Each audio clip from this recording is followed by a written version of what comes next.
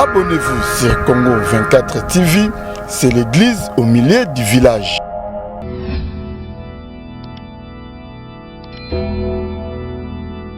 Story à la carte à Dubaï, story à la carte à Dubaï. Nechapindi plein de grâce à lui Makambo, qui faut au taille olympique. Donc il y a la carte à Londres, pas lui Makambo quoi. Et c'est bon, pour tout n'attendre pas baquer dans Mbunda, pour t'aller au bêta, pour comprendre le gars quoi.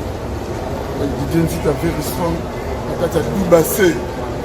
En direct naturel. Ngozali a koyebake boze belé bozota la Historia avec Didier Nzita very strong humble serviteur nabino émission Historia oyo botala kabongo na Congo 24 TV esika wapi tozalaka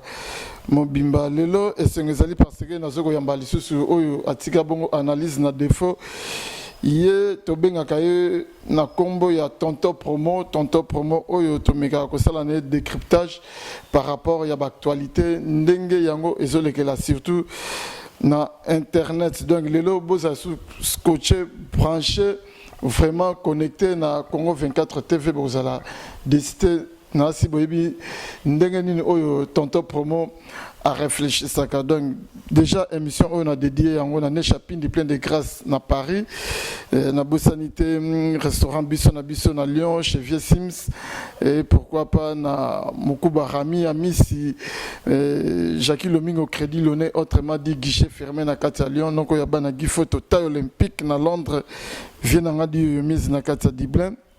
na Bosanité petit nanga Steve Loponda donc yo pena ba kota ba dépôt pharmaceutique na osolanda biso Henri moi kamotema Yolande photo mama mama kuluta bana na 4 verse et pourquoi pas na Papine Zita le grand frère propre vieux Oatika petit na été quel que soit les intempéries et puis nazolo ba bon séjour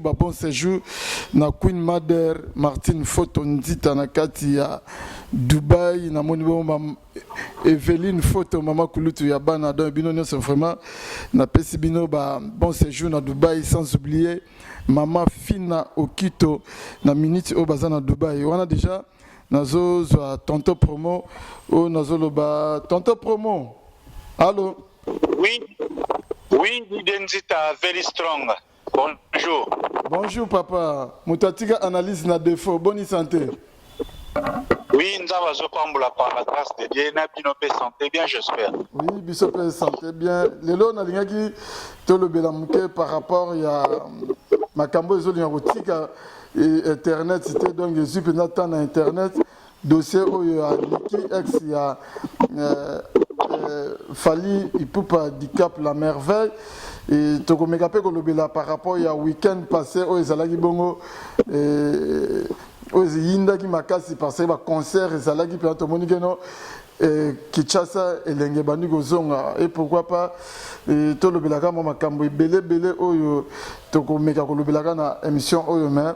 déjà poto banda émission oyo to bi que monde de musique ils ont en dette ou to ko bungisa bongo les bukabu ya osala bongo soliste na kati ya quartier latin est-ce que moi pensais moko par rapport à décès na ezali pensez que vous allez appuyer na mémoire il y a les bukabu ya les camps qui a fait la pluie et les beaux temps na quartier latin donc paix à son âme et nos condoléances aussi à sa famille biologique et à la famille musicale tout entière, particulièrement il y a Nabanaya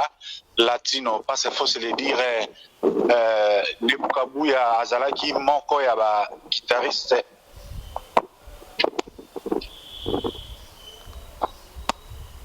Allô? Oui, allô? Olobi? Oui, je disais, il faut le dire, les Bukabuya, Azalaki Moko ya ba guitariste, oyo ba marqué époque na bango, na quartier latin, donc na quartier latin penda, prix qui na eza ya munene, surtout na ba album Magie, pe ba oyo elandaki, donc ba Olympia, ba concert belé, donc les Bukabuya, oh, chaque fois, les gars m'ont pas bandé, Robenga Misapi ya Pembe, moi na centre-ville, ces garçons, oyo, bazalaki na groupe oyo esalaki vraiment makambo nango côté ya Mbinza na Flash Muzika so batu bayebaka te c'est le Bukabuya qui a amené Modogo na quartier latin. Donc modogo ta kota quartier latin sans test. Parce que les Bukabuya, l'air, modogo akomeli nzembo ekomi pa grand mopa walo. Écriture oyo na moni yango mystique eza nani de les Bukabuya kenda kozwa modogo. Là c'était pour la petite histoire bango na ba Willy Boula, donc basali pena la pluie et le beau temps. Et l'autre fait marquant il y a les Bukabuya eza création ya académie. Donc il pena bazala ma histoire moi mkende mo na japonais ndenge japonais niataka na générique ya les marquis ndenge pe les Bukabuya niata pena na générique ya académie. Donc c'est une grande perte lelo pour la famille quartier latin. Et j'ai profite aussi pour dire mes condoléances au patron des quartiers latin international Kofi Olomide, les grands Mopao Double King Songambeli. Ok, donc biso nous sommes le barak que nos courage na famille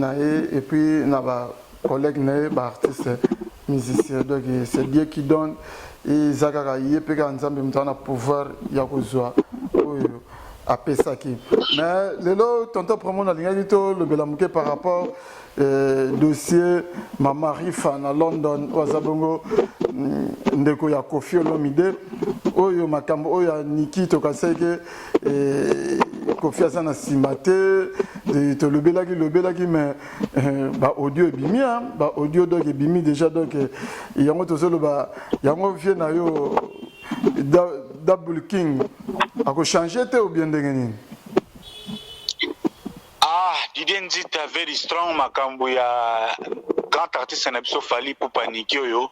ala livre les choses et comme on le rôle a fait ton mo e bano silate quand de tozara na ba série na TV o sana lo makambo moins mon fo boire lisu na série oyo la vie privée ya ndeko Fally Ipupa c'est vraiment déplorable ya ko mona ke makambo ezo silate lelo susu ekomi ba audio et bimi par rapport ya ndeko na biso Karine Mokonzi na o nyonso yeko bimana ba chroniqueuse oyo lelo bazo koniatela ngo c'était o bazo continuer ko affirmer que Kofi Olomide est pour beaucoup dans cette histoire. Quant à moi na roloba Mama Rufa na London parce que tu vas Mama Wiva mais ça Mama Rufa pour comment les arrivent aza ndeko ya Kofi Olomide nengo présenta ki wana c'est vrai audio wana so mutu alandi yango oui c'est bien eza audio moko privé ou batu basoni na privé Mama Wifa c'est vrai abenga Karine Mokonzi pour apesa un point de vue na par rapport kaka l'air bazoluka ba impliqué Kofi Olomide na makambo oyo. Mais la question faut se demander est-ce que ndenge batu ya tezo bazoko confirmer que Kofi Olomide a une même mise sur cette affaire par rapport à audio. Est-ce que audio ana lelo vraiment ils ont confirmé que Kofi Olomide a impliqué? Moi je dirais non. Je dirais vraiment non. Sauf sali analyse objectif il y a audio ana nulle part on a moni Mama Rifa a so confirmé que oui on va expliquer qui a ça là ici patati patata et que question o ezo bimsa polémique eza esika ne yokali na audio Mama Rifa zoloba Niki ayebisaki eke azana zemi wana eza ndenge mutu nyonso alukaka recherche ya information Mama Rifa pe aza mutu oyo omoni batalaka media kombo ya Kofi Olomide l'air eloba maka bango pe bazala na point de vue eloko ezo échappé bato c'est clair c'est vrai Niki aza na relation na Sandra Kazadi ndeko ya Kofi Olomide mais relation na eza avant Fally Ipupa ata après Fally Ipupa ata après quartier latin je ne pense pas que relation wana ekokufa ata ngana on est betaka kati bien les logos ceux qui lobi ba donner changer est-ce que relation ekokufa so na yoki likambo moko eza lié par rapport ya Didier Nzita est-ce que na ko tuna te. Moi, je pense que la démarche de Mama Rifa est à la qui peine à sens wana. Et il faut aussi préciser ici, Mama Rifa a bien rappelé même biso moko de quand ça la émission moto kabula rappelé makanisi par rapport à image de René Kofi Olomide. Mais là moko faut batu ba bon wana za compréhension na ngai na solana Mama Rifa quand même moi mingi po jour makamane bandaki na benga ki epé ayebise mami ozoyoka makambo azoloba sirio ayebisenga te tonton promo yo yebinga na solanga na yo so boyoka mpe audio wana namoni te esika nini oyo ngai nalobi ke niki asala fali mabe d'ailleurs kuta sollicitaki ye même émission ou soit à réagir avec que pour naie à mon amour tellement banal azana ye na temps alanda makambo wana te ye moko mamaru façon que na Facebook naie Rifin a chaki pe na ba audio conversation wana une question pour naie pe à se laver et là on se faut bakisa na ye personne a problème ya mamaru fa mais état de si mamaru fezara nini comme mutunyo so bazaba ndiko ba star. Mais Mamaroufa, pour ce qui la concerne, il y a makambo nyonso ezaka lié sur Kofi. Azorango vraiment lokola Kofi star te. Ye akena na Kofi na moi ki ndeko. Na yebite soko zo me ko comprendre ngai. Kozana ouais non comprendre. Donc Mamaroufa na makambo ya Kofi akendaka na yango lokola kindeko. Donc yeba ndenge za na muto nyonso afinga Kofi. Onyo sasala Kofi mabi. Iza lokola alelisa Mamaroufa koleka Kofi olomide. Kofi kutu yembwa roza ane vacciner lem na mafinga mususu kwa mesana ndeka galela pourquoi kagezalaka ye patati patata mais ba Mamaroufa personnellement etouchaka ye penza. Donc oyo nyonso afinga Kofi ke balem su Mamaroufa opimele mai nanzela. Merci. Yana lo babongo siko pona ni makambo pe kaka ezokene kaka Kofi. Ndeni ata musicien mususu pe comme on ezotanga maté mais pourquoi ils osala kaka Kofi? Pour te dire que ça là qui t'a sous te ka pe ata sous combo ya faire parce que tu dis non conquérant toi adversaire de taille to ya fali les affaires mais ndeni ezobimaka Kofi aussi longtemps sur le plan musical. Kofi ndaza papa ya fali mais pas ni combat Kofi comme des otangama côté kuna makamaniki est-ce que pembe nous on a peu et un peu louche oyo ezoleka lelo eza nango bato bazo alimenter pourquoi et aussi certains chroniqueuses ou youtubeuses oyo oyebi kaka ja YouTube ndenge kendaka leur eloko ezopesa ba vue ezosala interaction bakendaka nango ntina lifobo ta ndenge ezalaka yango sikoyo mutu na makambo ya niki oyo azoluka attirer épingle na côté na ye question aussi ya koalimenter ba abonné nakosa par exemple ba masa na ngai ya 4G News ba face na baleine de la presse bango mona ere moko bazwi image ono esika fali apesaka keina cadeau ya montre sur otali bakaro wana otali nesika video ya laxise mi bakaro wana ezolakisa keza na ndako ya niki mona pe bazolango développement analyse pe ya 2h 3h du temps ne pêche komi nango na ba YouTube ya bato ba na poto internet ya nango pete ne pe komo soit disant ceux qui ba femme seule avec wifi ba monde ba kolekisaka air na makambo yo. Donc, il y a des youtubeurs oyo bazo tirer les profits kolikambwana. Parmi eux aussi Karine Mokonzi. Zona Karine Mokonzi depuis ya poto webike aza presque data na émission moko de ya chronique wa ya musicien tout bani donc a rebondisa kaka na ba question d'actualité ou bien ba question ya polémique ou ça Karine Mokonzi a un nom il faut appeler ça mon contenu ozoma net na makamba boui ye moko ye moko na zolo ba non ba recruter qui est pour kota makamba tantôt ezali saratola tantôt zolo ba to Kofi. Mais au moins que et comme ko sangana makambo bele o lelo Karine Mokonzi même comme ko bimake na featuring oyo Karine Mokonzi abeta kina Kofi Olomide alingali ya 3 points donc et comme ba makambo ebele nga ko nazo etiyango nazo bongisa kutu leo susu kalate na koyamba na top TV de konanga Alex ya Actidinet a développer na makambo ngezo kende mais on a revenir na audio ya Mamaroufa je vous dirai mon frère wana ezala ngo conversation kaka normal oyo ya ndeko ya un artiste ayoka kikombo ya ndeko na ekomi kotangama abenga ki pe Karine po ayeba position par rapport mais audio wana ezo incriminé en rien Kofi Olomide les restes ezala ngo commentaire ya ba chroniqueur commentaire ya ba bonito ya ba fan eka balobaka na journalisme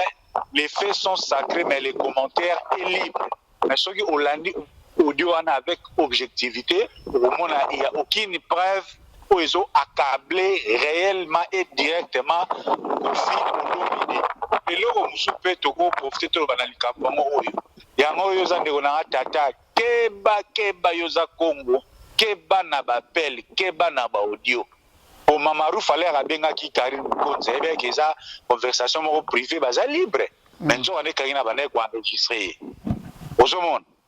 Donc, keba na yo soit tongi émission, soit tonga musicien en conversation, yeba nani ozo solana ye.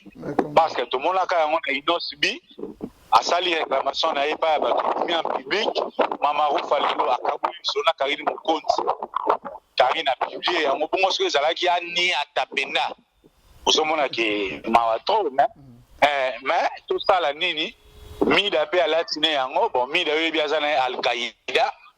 Il y a côté donc il y a bétarane ba armes non conventionnelles. Alors ba rapona ndeko na biso mida tout ça na concert au ça a été toti kaka na maboko ya Nzambe. Mais il faut noter que na internet na biso lelo to komi na moi deux catégories à batu.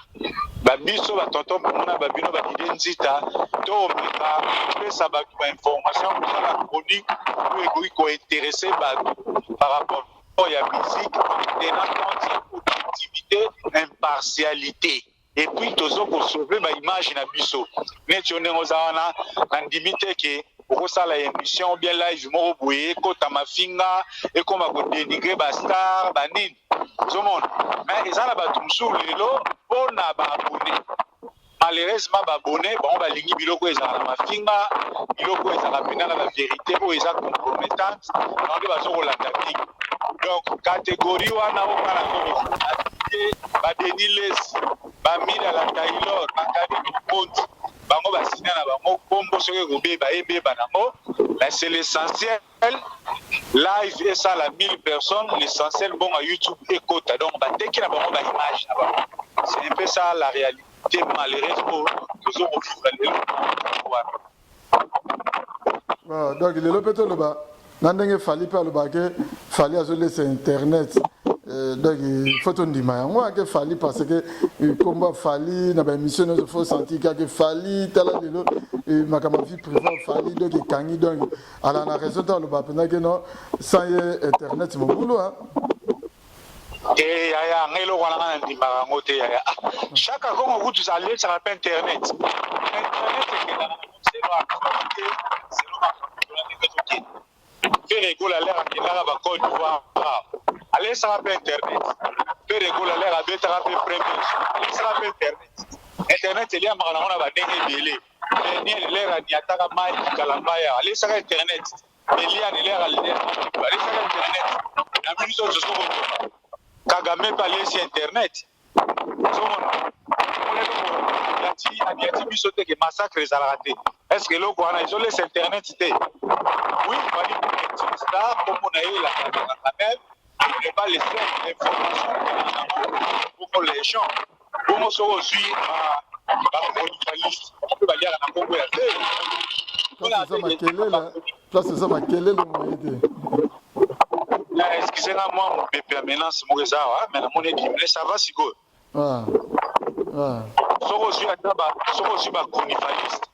Au moins on a conifaliste, il faut ba lukaka combo ya faire ça professionnalité, faire ça. Bon peut aller à kana combo faire. Vous monde. Donc ils ont tekio comme ngaku tout moi fit tonton promo. Ali ça peut moi ba youtubers mo boya ta moi ba de ba 3 émissions. Vous avez dit que tonton promo boy. Donc, est-ce que, comme un logo, oui, il fallait pour passer une star comme tout autre, et ça, quand Internet, c'est qu'il y a n'engue évolué. Il y a peu d'identité, les locaux de ça, les émissions, pour ce cas, la vidéo, n'a eu écouté.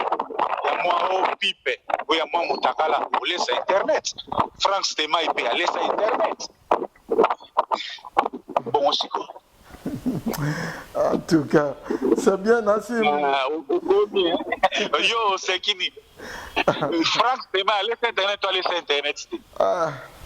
Prochainement. Donc, il y a un projet qui est là, c'est vrai, il y a une petite star. Internet, il y a un dossier où il y a des délais. Tout le monde sur Internet, bien na théâtre. Na Irsil Péchanga, na Sila. Où tu lis sur Internet. C'est que ça fait du monde. Est-ce que parmi les émissions les plus suivies d'Internet, les émissions Vincent Chiluiz Abeta,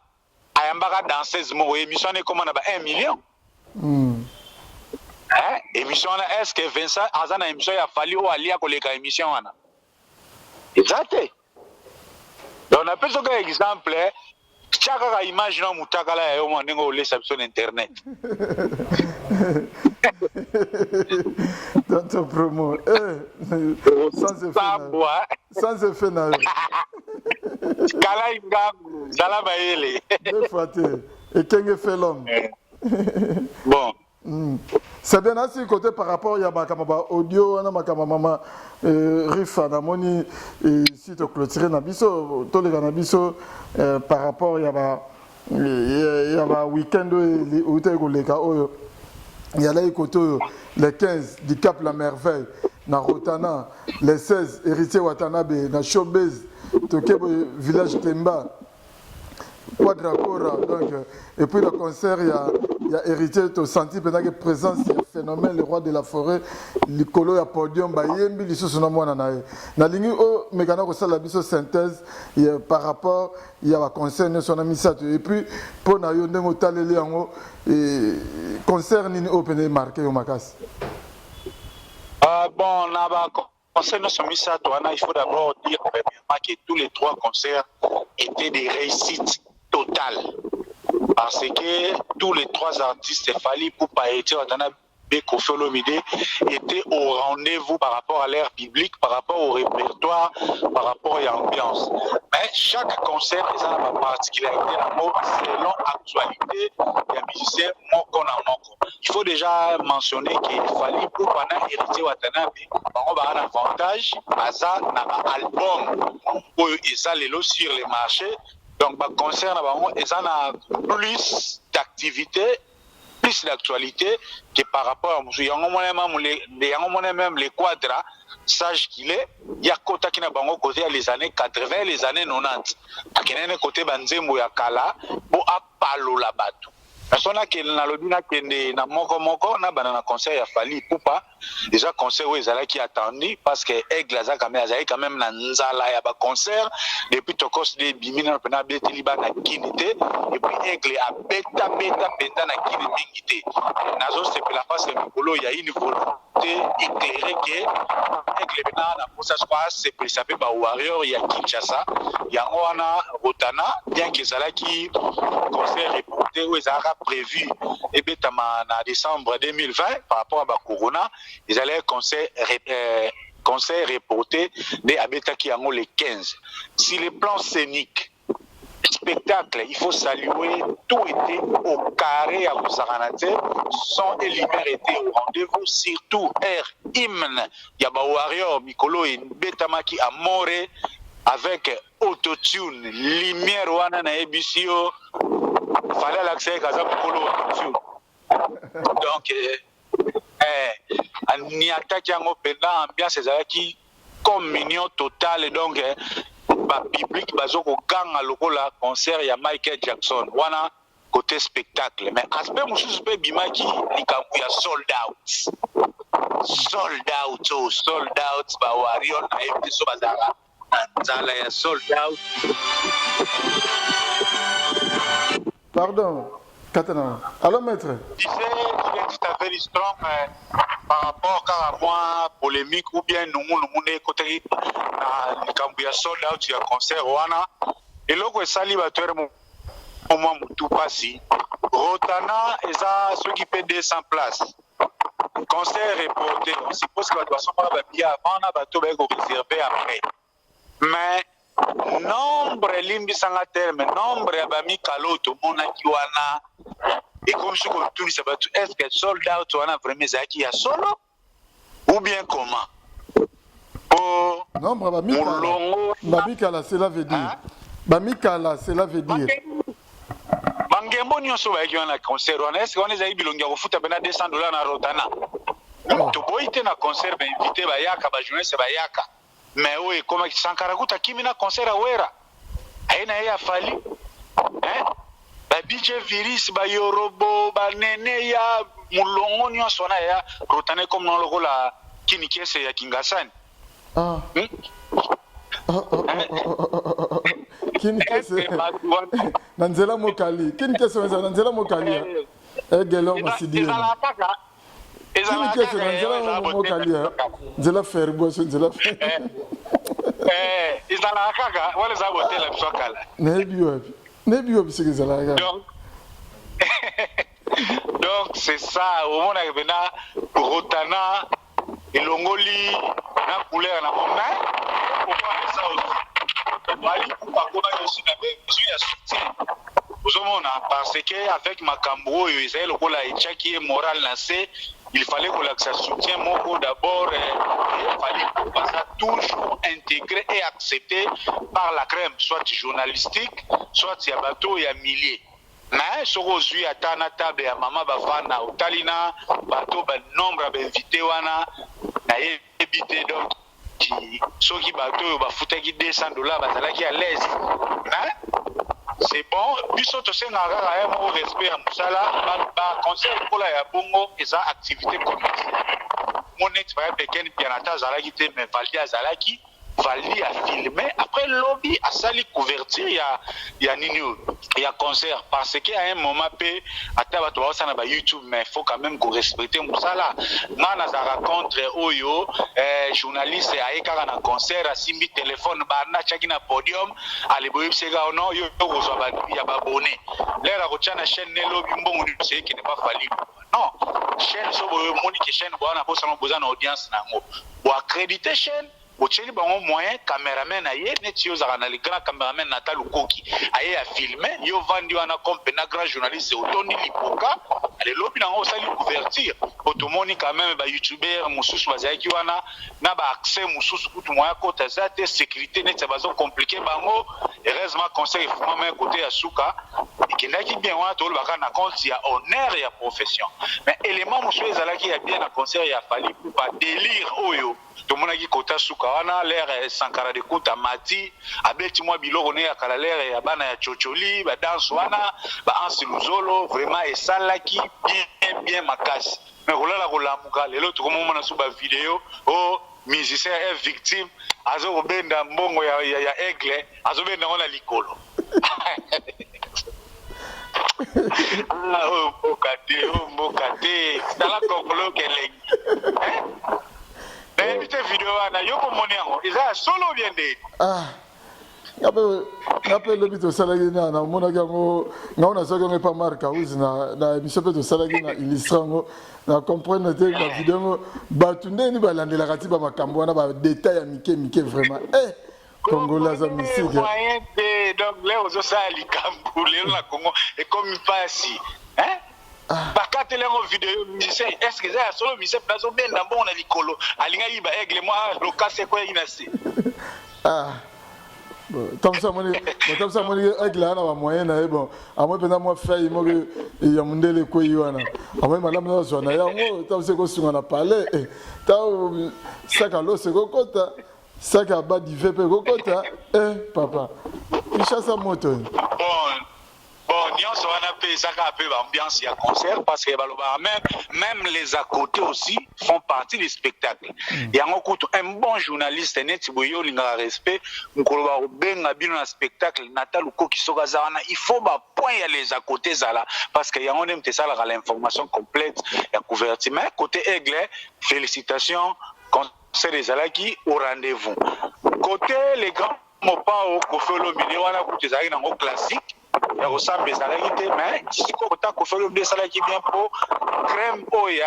ya mikolo bacadre bazalaki basavoure jacho oyo ya les années 80 et les années 90 esalaki bien surtout Stindi Leker vraiment marquaki l'air bazo interpréter moi mkenze oyo ya suka amour oyo kofelo mbi asala effectivement na Charlotte Banda. Donc, conseil à Kofi Olomide, c'est déjà un peu l'image, il y a ce qui va être You Arena, ce grand spectacle attendu par les Congolais et les Africains, pourquoi pas aussi, bateau de un spectacle à Paris le 27 novembre 2021. Wana côté à l'école.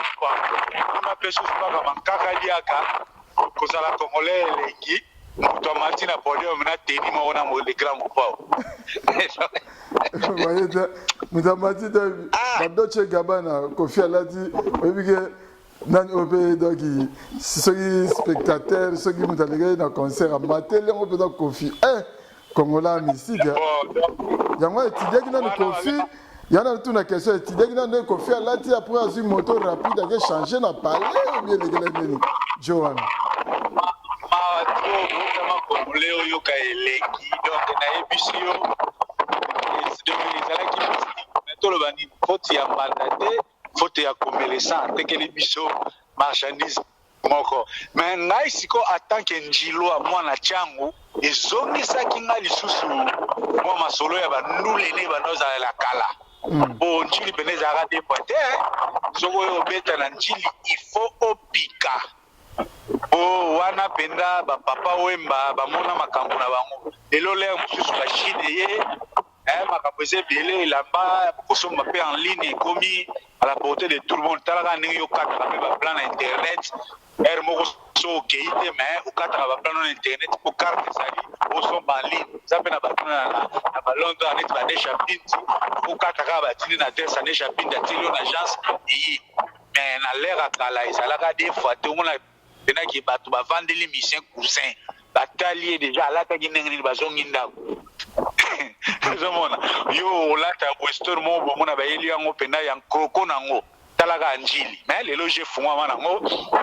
na bato ya français bakoma basaper di mais esali mpe kaka ambiance nde tolobaka esali mpe spectacle lelo ezopermettre lelo tolobela concert wana kote ya le grand mopao côté sikoyo ya James Bond 007 Totorina ya Ntembe Wata l'identité au sentir wenge Maïda au sentir que ba wenge ba tacticien tala ndenge Wata akotina na makambo ngo ye di moi ça est sincère akanga gine sold out te mais tout monde plein tout le monde est plein pour Wata faut se le dire ye ana tactique na ye ya kanga na ye oh Willy Bakonga kuna likolo ya bendika mwana na ye oh Vital Kamerhe kuna likolo ya bendika na neve na ye donc tous les jeunes wana oh lelo mbongo ezo sala bango mukusa rendez-vous chez Wata donc ça là qui penda bien bato bazaki au rendez-vous et le fait marquant c'était l'arrivée de Igwe de la forêt Werason. Na ebisio présence ya Werason ya mwesali ki même Wata a gagné ba mona ba image. Ole to koti lundi mardi to ko ma mercredi ya Instagram nyo se comment ka image wana. Ba page na ba snap kaka image wana. Donc ça les penda bien et surtout que là on annonce non ouais la so ya ga lokola père et kana sentiment ouais aye penza na esprit à spectacle au senti pena de la forêt azo kata luketu on dirait c'est bande ko kata bango ba hotelema ouais son JB Mpiana Adolphe Blaise Bula somona bato basongi tuna babakisi nini balobini owe ayaki pamba te ayaki pamba te owe ayaki owe ranson ayaki na biloko nini oyo mona classement avant wera mat bapika kola zwaki drum bapika kola zwi drum makaba ya maison mère azwi solo bato amisumine balobi kakol mutakoma osimba nzungu wa makambo wana donc po moto epela fale kakola vanda wana mais mutu nyonso si ozotema totala mpe baconcert ebele JB ta so akeko assiste moto na concert il faut azala na mwa bato na ye mpe oyo bakointervenir même Koffi Olomide na bamusicien nyonso elanga kaka bongo faza na mwa ntango mosusu 3 personnes 4 personnes oyo ntango ya koyeba mpo baakompagne mpo quand même yaya zela nanu toke malembe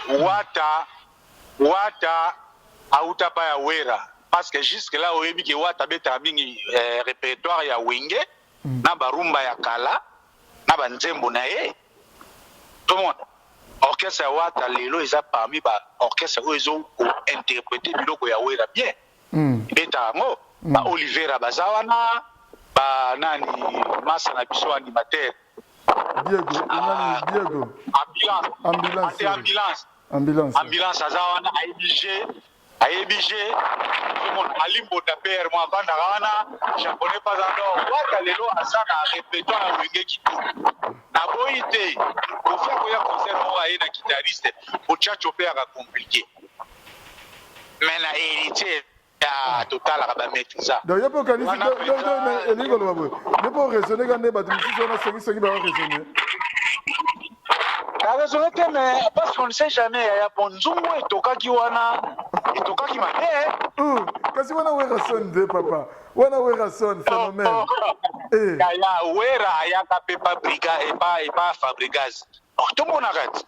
mbali boso wera ya kwani ya turo etoki makasi papa wana phénomène ouais wana moi to confirmer pe yango ezate te qui est wana ezaka mbumba na pipi ya lisolo mais il que ça qui bien il que ça lisiko bien heureusement ambulance sabwa kaka wera na générique ya wana occasion pe lelo bato basala ba analyse pour ba betaka masolo lelo ba kritika générique quoi non ba kritika area mon pépé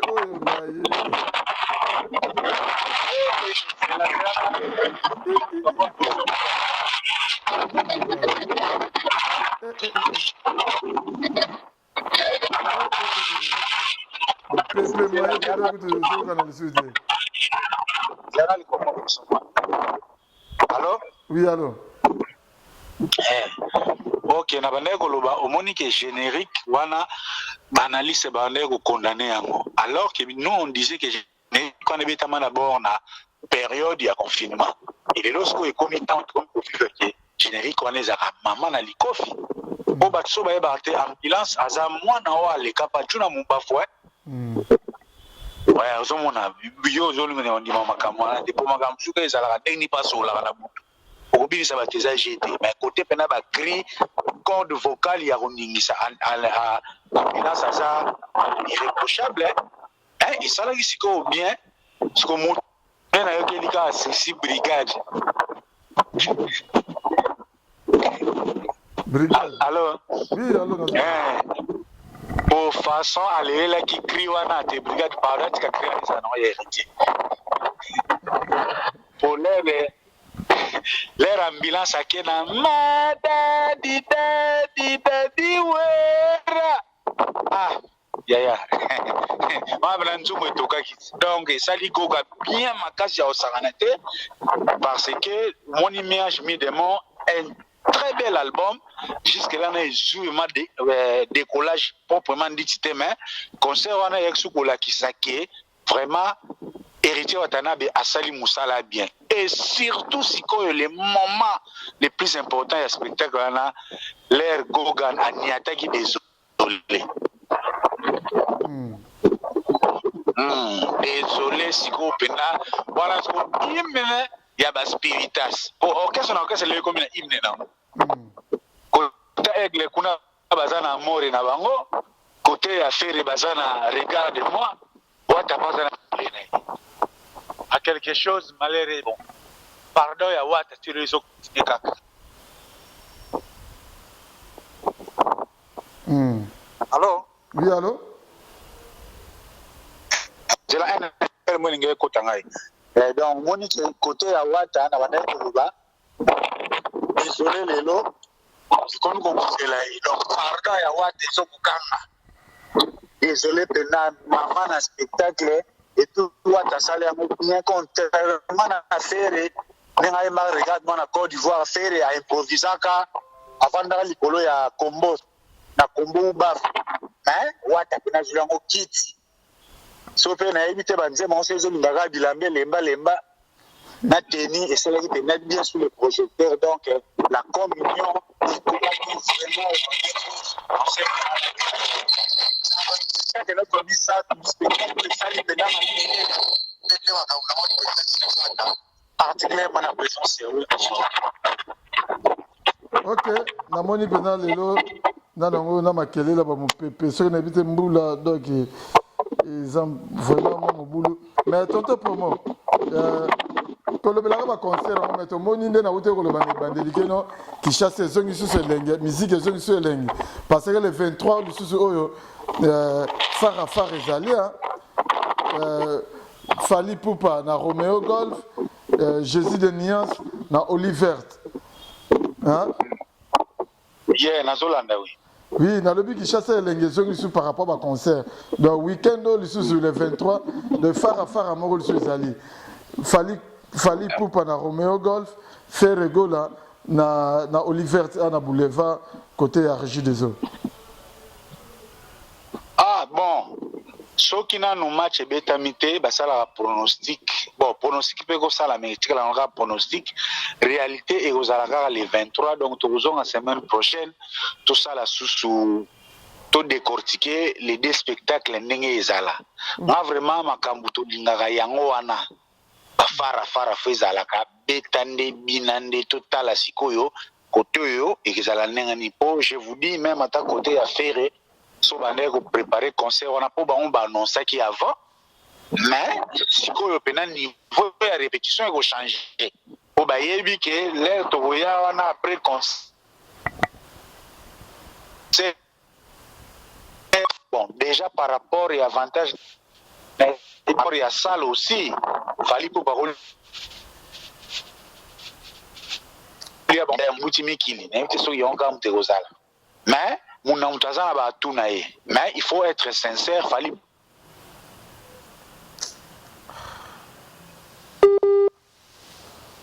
Allô Olobi oui allô Olobi moto na moto aza na batu na ye parce que c'est kokata muna moto aza na batu na ye Fally Ipupa aza na avantage lelo aza na album sur le marché eza plus chaud l'air bamort ekoniatama lisusu wana ezala dégâts côté ya fere mpe ye du moins aza na répertoire na ye na kombo na ye fere atu mpe ya fere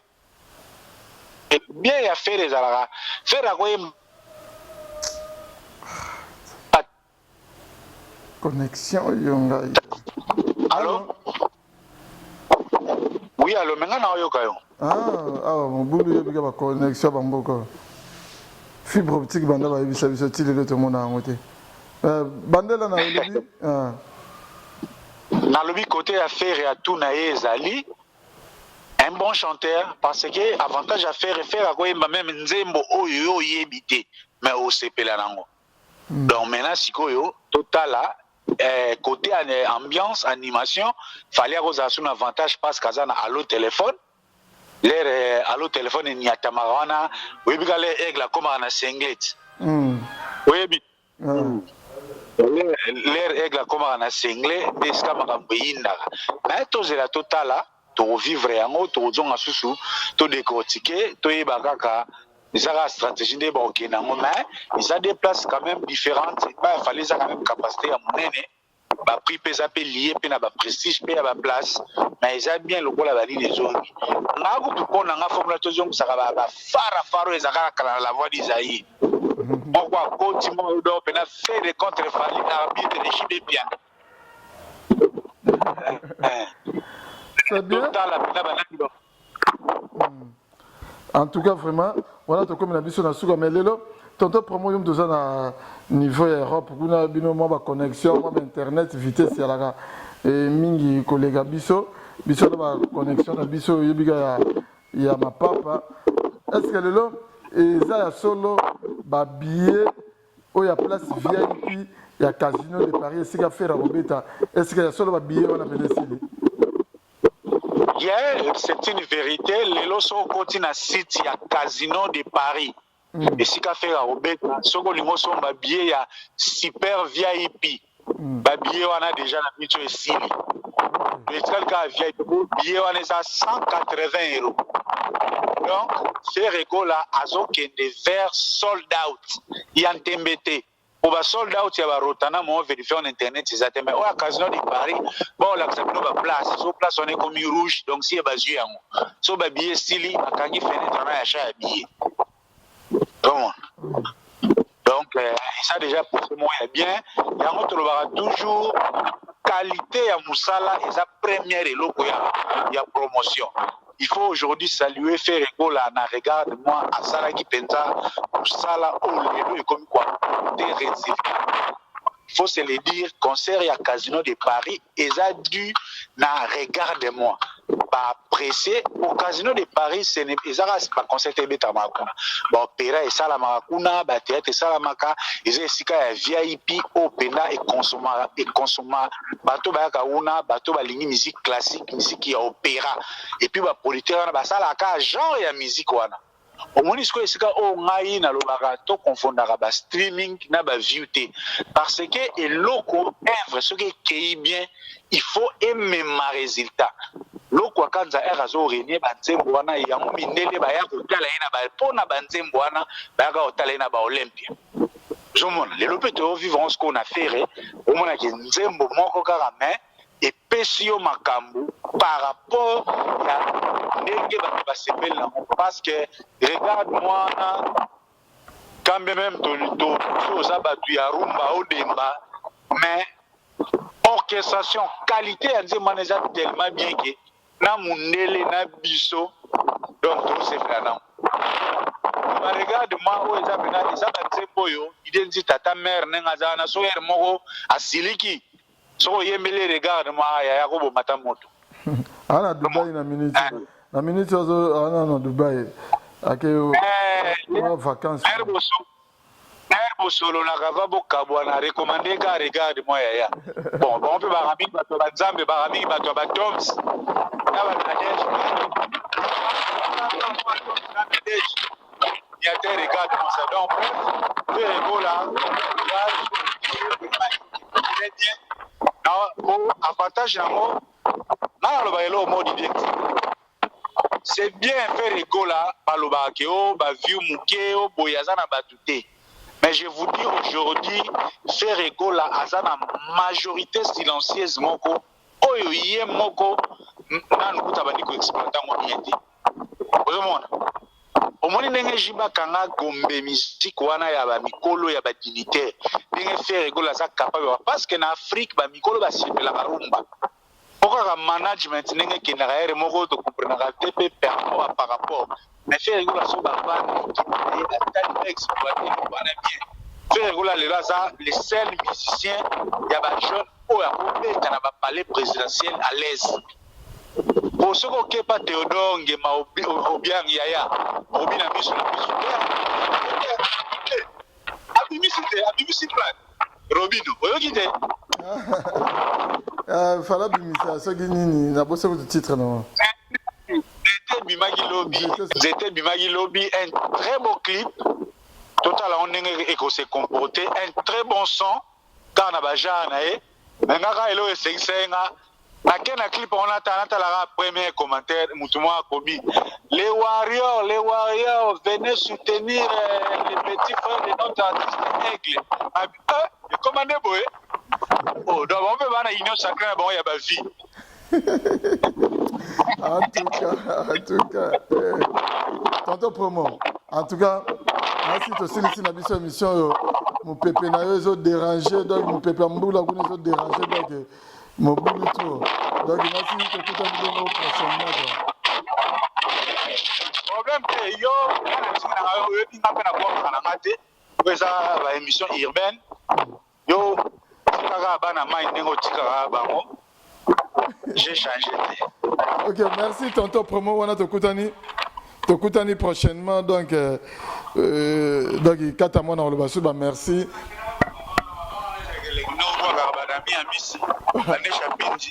un chapitre plein de grâce dans Paris donc il est vraiment big manager na bonne sanité Papinzi, tu as les grands frères propres, vieux Atika Petit, n'a été, quelles que soient les intempéries, Audrey Moyeng et Caroline du Nord, chargée des opérations, chargée des affaires, tonton dit ta petit frère propre, Nakata Cape Town, Luison Ombata, Second Hand Shop, na Cape Town, David Kandem, na Cape Town, donc Boli Wembi, mon ami personnel, Nakata Djobu. Ceux qui s'appellent dans l'émission, grand merci à Nathan Luko qui et pourquoi pas na Tonton Promo, na Kat Angleterre, na montage, na mon péga Nathan Luko qui te coûte un bongo pour une prochaine émission. Merci, ciao, à suivre. Historia,